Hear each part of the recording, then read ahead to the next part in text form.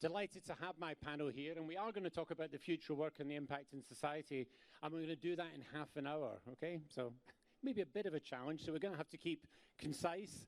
We're going to have to obviously take time to try and get to the right areas, but I've got a wonderful panel here.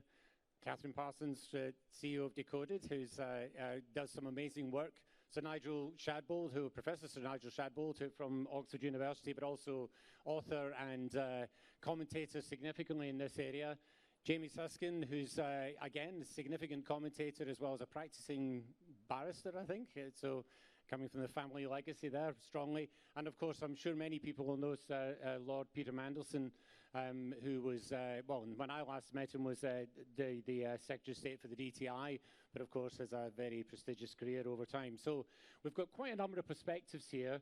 We obviously want to get to the right issues in the right time. And I wanted to really make sure that we do start to get to the right issues, because there are a lot of issues in here. The future of work is a big topic and the impact it has in society. And I think it's probably the easiest way for us to start is to really think about, you know, the perspectives of what are really the issues here. What are the issues we're talking about? There's dystopian views and there's utopian views of what that future is going to be like in 5 years, 10 years, 20 years. But we know whatever happens, there are going to be some significant changes. And Nigel, you've written quite extensively in your book about this balance between what could happen and what might actually happen. I wonder if you could just give us a little perspective on that. And in a sense of me, what are the things we really need to focus on? Yeah, well, thank you, Phil. I mean, naked plug, The Digital Ape, available in a bookshop below us, apparently. But this is all about looking at the nature of being human in the 21st century, you know, how AI will impact us, the data science world we live in. But one, of course, is the various claims around work. There is a lot of hyperbole around this. You know, the idea that the robots are coming, going to take our jobs. There's a very interesting sequence of front covers from Der Spiegel, the German magazine. 1960, 1970, 1980, the robots were always coming to take all of your jobs. The truth is that we're endlessly creative as a species about giving ourselves new things to do. Actually, when you look at it, the essential jobs that keep us alive, well, in the US, 2 million people are employed in agriculture directly, 7 million employed in tourism directly, and 9 million people indirectly.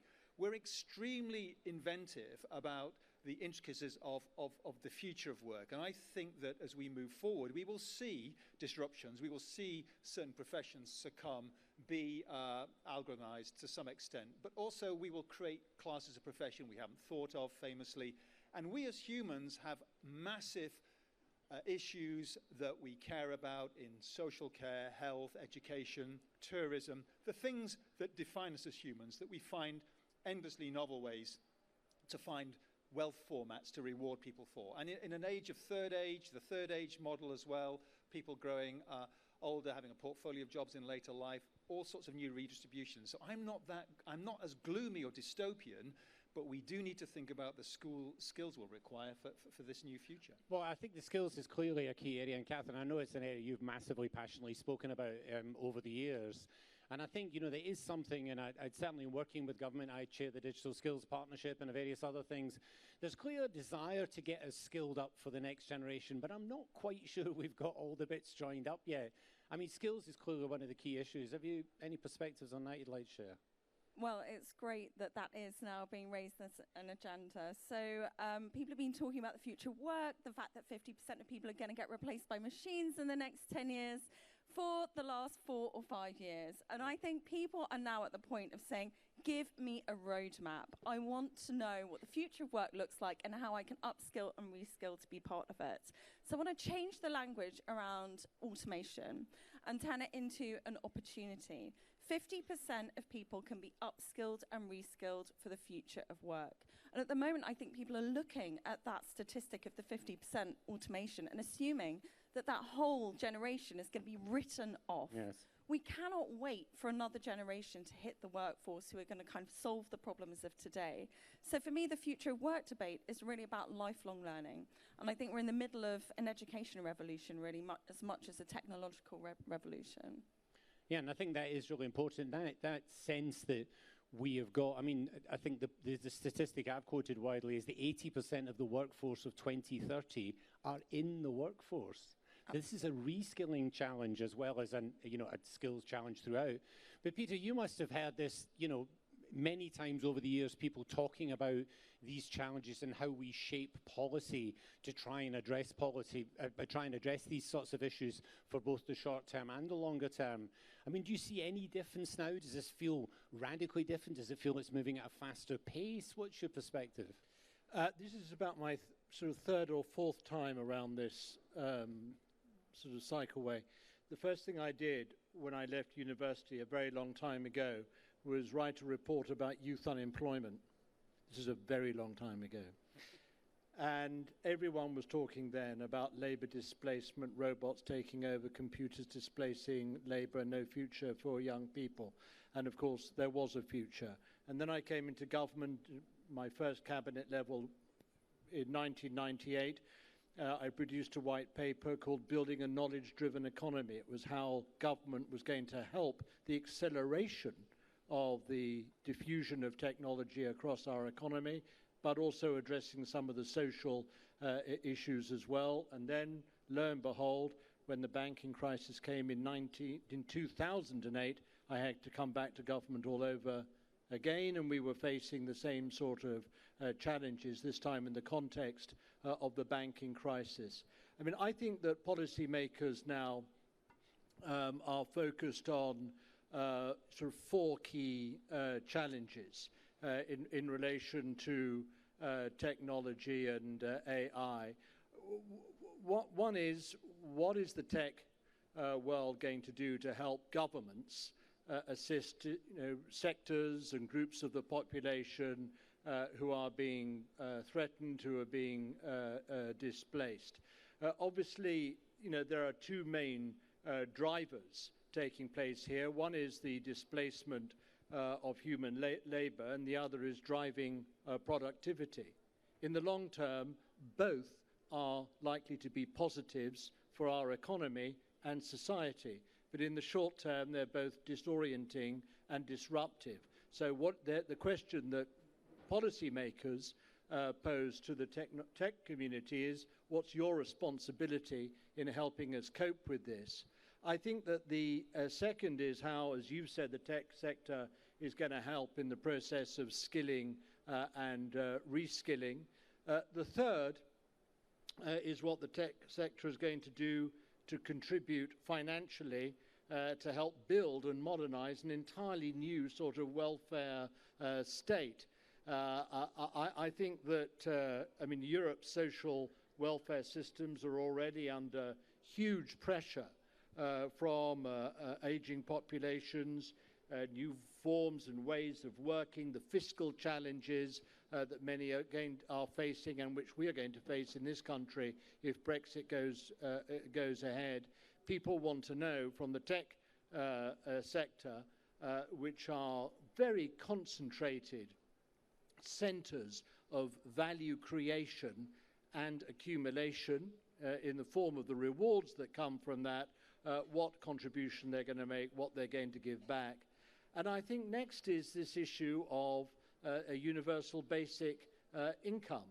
That is a huge question which addresses the issue of income redistribution, which is becoming yet again incredibly skewed by the advent and rollout of new technologies. Is it right in principle? Is it affordable in practice to apply universal basic income in order to put a floor underneath all those who live and work in society? And if so, who's going to pay for it?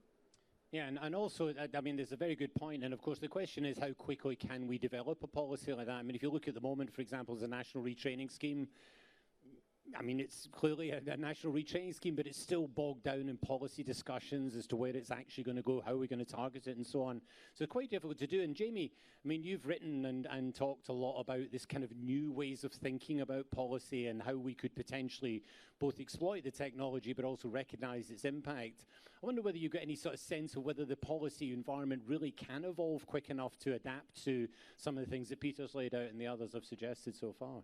Well, if I may, I'll try and be a little provocative about this. Good. you don't need to buy the thesis that 50% of us are going to be unemployed to recognize that technology poses a pretty serious challenge to the way that our economy is currently arranged. If it were the case, for instance, that even 5% or 10% of the public, for one reason or another, of working age, could not get a job at various points in their career, it would require a very different approach to the welfare state than we've been taking for the last century at least. Secondly, skills. Obviously, skills is going to be an important part of the policy response to technological unemployment. But what I argue in my book, Future Politics, is that it can be quite difficult to anticipate which skills are needed. We've thankfully moved beyond, I think, people saying that it's routine or manual jobs that are going to be automated first. We are far closer to automating the work of lawyers than we are of bricklayers or hairdressers. And there are already artificial intelligence systems which can better diagnose whether you have skin cancer or not, or predict your life expectancy than the best human doctors. So it's not immediately clear which groups in society are going to be affected first. And that makes policy planning difficult. And finally, if I may have my say briefly on this idea of universal basic income, I'm a skeptic of it because I wonder about the equity and efficiency of distributing money to people who don't need it. If, for instance, you own a tech firm or you own a piece of productive digital capital, it's not immediately clear to me why society should be redistributing its resources towards you. But what I'd add is this when it comes to universal basic income. Always listen to who it is who's doing the talking about it. Because the Silicon Valley vision of a universal basic income is one where you roll back the state and you give people money so that they can choose what to spend it on: education, healthcare, insurance, and the like.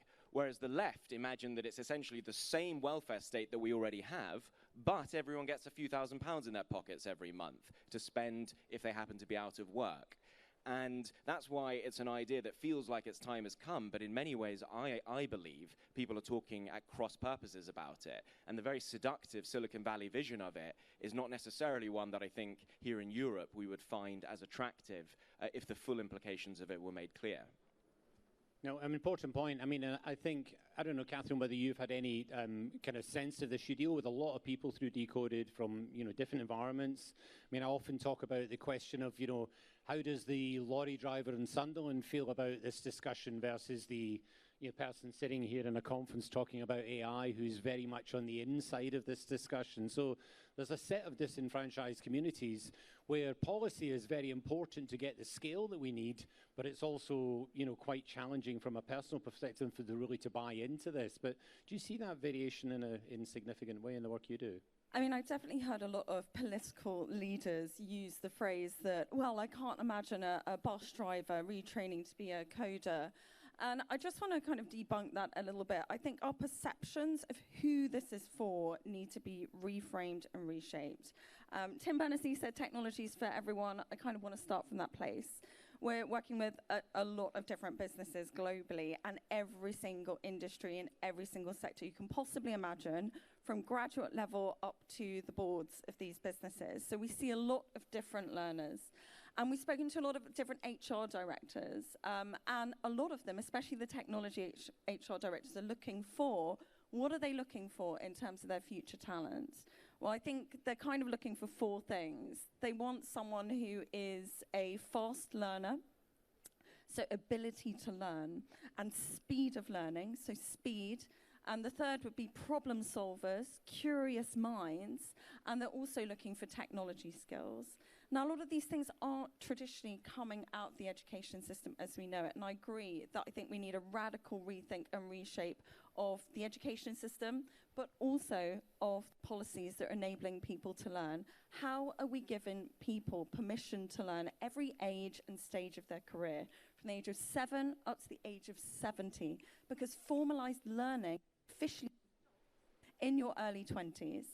So if you're in your 30s, 40s, 50s, 60s, 70s and beyond, where do you go if you suddenly want to upskill or reskill? If you are that bus driver, and I believe that transformation is possible, how can you fund your learning? How can you find the time for your learning? And that is where government does need to step in. Government needs to be visionary about the future of work. It needs to set a vision for what that looks like and match it with policies, and those education policies and funding policies. Singapore's done it with their skills credits. Yep. And increasingly other governments are doing it. Finland just offered free AI courses to every single citizen in that country. So the UK can be doing more. Yeah, I was unfortunate enough to be speaking at a conference straight after the Minister for Trade for Singapore, and tried to say, well, okay, so you've actually sorted out, and we've got a lot to do, so it was interesting. Nigel, do you see this kind of dynamism of policy that Kathryn's talking about as possible? I mean, you do a lot with government, you do a lot in AI. Yeah. I mean, are we in the right place? Are we getting these ducks lined up? Well, I certainly think that the view that our educational system is a matter of national security and national well-being, I just think we really have to be much more ambitious about equipping our state system with the skills and talents to really let our kids flourish. I just think that's so important. I think on the other side of it, where do we have the ambition?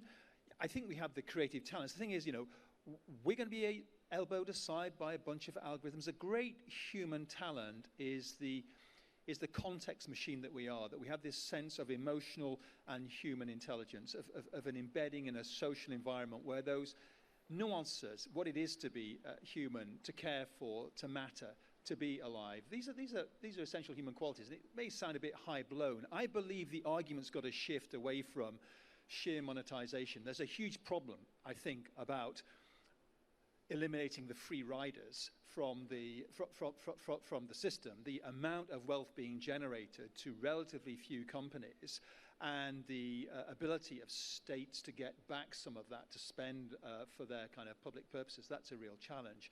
But I think the notion of what we equip ourselves to do in the future, how we take ourselves forward on that journey, that's terribly exciting. I mean, I look at it with my own students. There's extraordinary appetite, and we're a very inventive and ingenious nation, race, capability. But it will come back to values. The values that I think we stand for they go back to the Enlightenment. They're around self-determination, the importance of individual autonomy, the importance of privacy. You don't give up on those. I think that when we get into the argument around sovereign AI or sovereign this, let's think about the values that we want to kind of promote within our educational system and not just think about shareholder value. And, that kind of not giving up is an important part. I mean, Peter, in your day, there was a lot of work around things like sector skills councils and, trying to very actively manage the skills base, manage the, where we were on the population. But, of course, most of that has changed several times over the last period. And, with all due respect, many politicians are looking for the next thing to announce. But isn't this too important for that? Don't we really need some long-term, universally agreed policies that say, in 10 years' time, in 20 years' time, UK is going to be the most skilled, capable, enabled, available, country in the world? I mean, what can we do about that? I think the problem with many politicians and policymakers is that they're not looking at the next phase and things that are going to happen, that are going to be invented, or the changes that are going to take place. They're far, far too busy catching up with what's already happened and looking through a rear-view mirror in order to adjust their policies, in order to cater for a set of conditions which are already becoming out of date. That is the problem with policy making. I mean, I'm Chancellor of a university in Manchester which is creating now a school of digital arts. It's bringing all the arts themes of academic themes and activity together with the digital age, and just looking at the whole new ways in which storytelling is going to take place in the future. We started off calling it a screen school. Forget it. Screens, hello. Now, if this is how, I mean, universities are sort of relatively agile institutions. Let's not overstate it or make too many claims. You can imagine what it's like when it comes to government.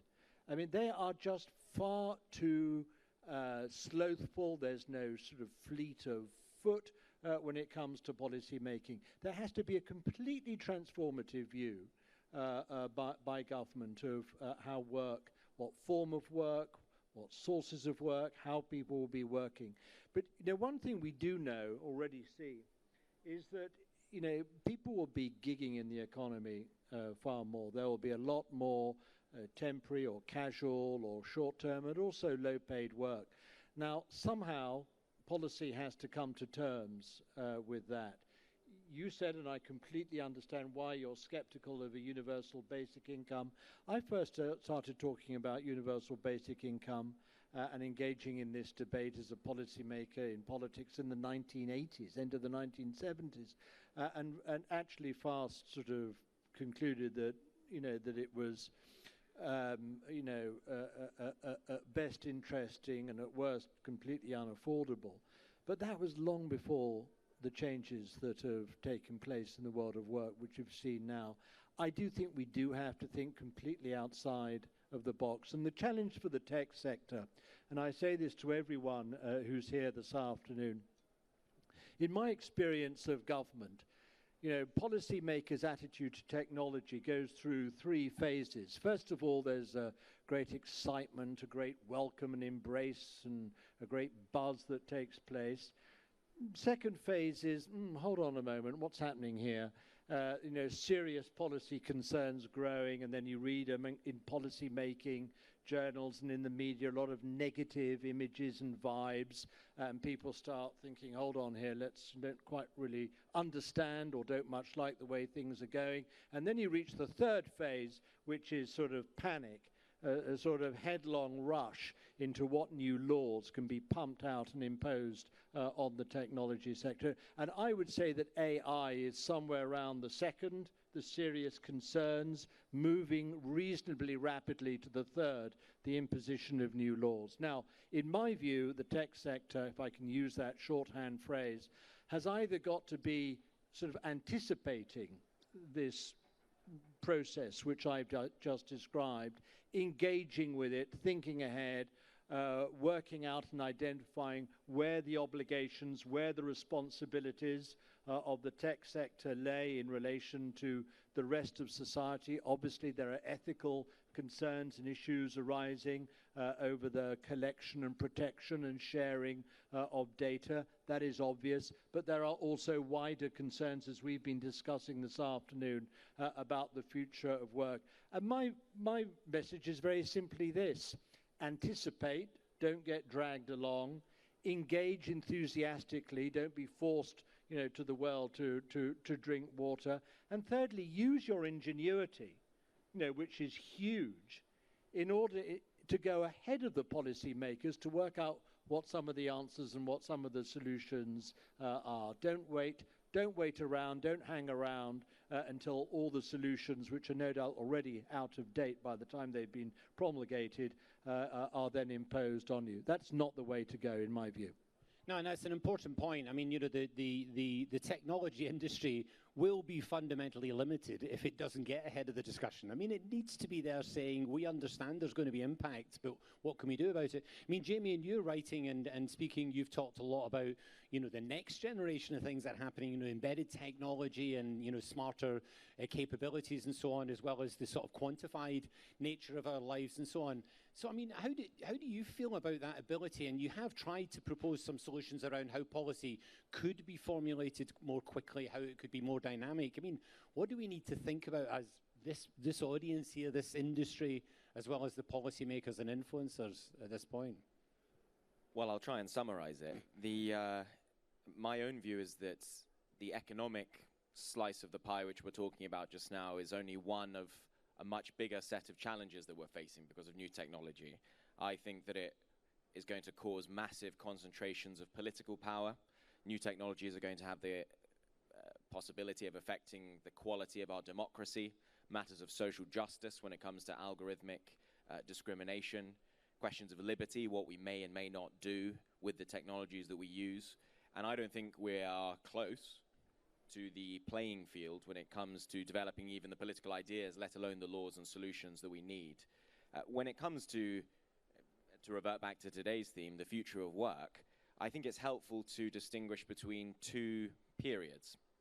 and here I'm borrowing from Daniel Susskind in his terminology, there's a period of frictional technological unemployment where there are enough jobs to go around, but that the people who are made unemployed are unable to fill those jobs, either because they're in the wrong geographical location or because they don't have the skills.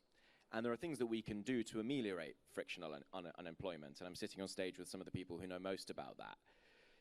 The question is then whether there's a second stage in the longer term, and we are talking the much longer term here, life cycle rather than economic cycle, where even the new jobs that technologies generate, and technologies do definitely generate new jobs as well as destroying them, but where even those jobs are done better by non-human systems than by human beings themselves, such that there is structurally embedded in the economy an impossibility of full work. But that doesn't mean that the economy is shrinking. It means, in fact, that the economy is likely to be growing. It's just that the proceeds of that growth are being channeled towards a smaller and smaller group of people who own and control the very productive technologies that are replacing human labor. And I don't think there's any escaping the fact that those entities, those companies who are manufacturing technologies which may displace the livelihoods of millions of people may ultimately have to be the ones responsible for making sure that people can still make a living in some way or other, whether that's through a robot tax of the kind proposed by Bill Gates, whether it's the questions of ownership such that massively powerful technologies should be, if not nationalized, made available to entrepreneurs, even those who don't own them, whether it's data commonses, such that the data in a country is not gathered and hoarded by one particular company, but is made available for entrepreneurs to generate new technologies from all over the place. We need to think entirely differently about the economy as it currently exists. And it is both distressing and concerning, I think, to hear Lord Mandelson say that politicians are often fighting the last battle. This is a time where we cannot... Does that surprise you? It doesn't at all. I make the argument myself, but it's nice to hear it coming from someone who actually knows. The risk is we get distracted by these problems that seem very big, and they are, Brexit and the like. But the bigger challenges looming on the horizon could be as transformative for us as the invention of writing. Yeah. I mean, and I think, to Peter's point, Andrew, you're making, I think the time for leadership is now, for people to stand up and show the vision of what we can do. But, I mean, Nigel, we're seeing this kind of, discussion frequently, as Jamie just described. There will be widespread effect. There's no doubt about it. There's capability here that's significant. There's control in maybe a small number of hands and so on. I mean, have you seen any good examples of where people have started to grapple with this effectively, where somewhere we could start to learn about the way to balance the regulation, the taxation, and the other sorts of things that we potentially need to put in place? Well, look, I mean, one thing I will revert back to, because it's a long-standing kind of passion of both Tim Berners-Lee and myself, is this whole argument around open data. Now, it's a little bit out of fashion at the moment, the idea that what are we doing, kind of data's an asset, people want to control it, but the idea that there's huge amounts of data generated that is non-personal, that could have a public good associated with it, that in some cases is related to a whole range of services that we pay for in our taxation, whether it's geospatial data, whether it's the data about our schools, performance of our health system, whatever it is, that we have done only the beginnings of a job on opening that data up, because that is great innovative grist to the economy. We have seen jobs and startups created over those initiatives. And what applies to that piece of the data spectrum applies right across it. I think we need to really think about working much more imaginatively about how we can release and make available data commons. Actually, Jamie referenced this. New ways of thinking about this resource as a public good as well as a private good. And Kathryn, again, from the kind of global perspective, I mean, this is it's a competition. I mean, really, we obviously want the economy generally to prevail, but ultimately, if we don't get our country, our workforce, our society in the shape that we need to do, nobody's sitting around waiting for us to do that. And you must see in other countries, Singapore you mentioned, but there are many others who are being very active about getting things in place. Now, any examples you could cite of that you've seen that have been quite interesting? Well, I do think, I know that CogX is really involved with the UN Sustainable Development Goals. A lot of different countries are getting behind those. In the absence of political vision, you know, we have these UN Sustainable Development Goals, and what they're essentially setting is a series of problems that we want to solve. And it is a renaissance. We are living in this new kind of enlightenment. The tools, the technology, the skills, the data now exist to solve these problems in ways that were previously unimaginable. But I'm a believer that if you give people the permission to learn, you give them the freedom, the time, the resources that they need, they will be able to solve those problems. And I think that's where government can step in. So they can step in by creating the right policies to allow people to fund their lifelong learning and the permission to actually take the time that is needed to do that. So what problems do we want to solve? No, I agree. And it is definitely that challenge, that sense of giving people some hope. You know, my mythical lorry driver in Sunderland, not necessarily saying he or she is going to retrain, but, you know, the fact that they have some hope that their children are going to have jobs and that, you know, we've got something set up that means people can skill themselves and reskill themselves in a much more dynamic way than you do today. But I'm not sure we're getting that vision articulated particularly clearly at the moment, which is a shame, really, because I think that's what we need, is that communication and open vision at the moment. Sadly, I think we've, you know, despite the topic of solving the world and the future of work, I think there'll be a lot more discussion of this at CogX, actually doing a session on Wednesday around the future of education, which I'm sure will cover a number of similar things. But I'm sorry to say that we have run out of time for the moment. So, you know, Lord Mandelson, Jamie, Peter, and Kathryn, thank you very much for that. And please, if you could just put your hands together, that'd be great. Thank you.